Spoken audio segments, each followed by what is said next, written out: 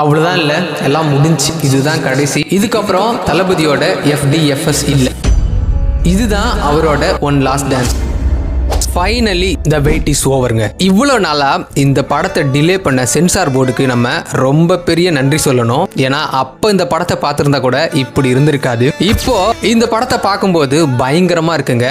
ஜனநாயகன் ரொம்ப பெரிய டிலேக்கு அப்புறம் இந்த படம் இன்னைக்கு தியேட்டர் ரிலீஸ் ஆயிருக்கு. படம் எப்படி இருக்கு? படத்தோட ஃபர்ஸ்ட் ஹாஃப் பார்த்தீங்கன்னா முழுக்க தளபதியோட ரசிகர்களுக்காகவே இந்த படத்தை எடுத்திருக்காங்க. வழக்கமா எல்லாம் சொன்ன மாதிரி தான் ஃபர்ஸ்ட் ஹாஃப் கேசரி தான். ஆனா செகண்ட் ஹாஃப்ல நிறைய விஷயங்களை செஞ்சு சோஷியல் மெசேஜ் நிறைய சொல்லியிருக்காங்க. பொண்ணுங்க எப்படி இருக்கணும், குறிப்பா பொண்ணுங்க சின்ன வயசுல இருந்து பொண்ணுங்களுக்கு கல்வியை விட இந்த ஒரு விஷயத்தையும் அவங்களுக்கு கத்து தரணுங்கிறத செம்மையா இதுல தளபதி சொல்லியிருக்காருங்க. இந்த படத்தோட ஸ்டோரி எல்லாருக்குமே தெரிஞ்சதுதான். ஒரு சில பேர் இதை லீக் ஆனப்பே பார்த்திருப்பீங்க. ஆனா தளபதிக்கு ஒரு தரமான ஒரு ஃபேர்வெல் கொடுக்கணும்னா இந்த தியேட்டர்ல ட்ரை பண்ணி பாருங்க. செம்ம ஒர்த்தா இருந்துச்சுங்க.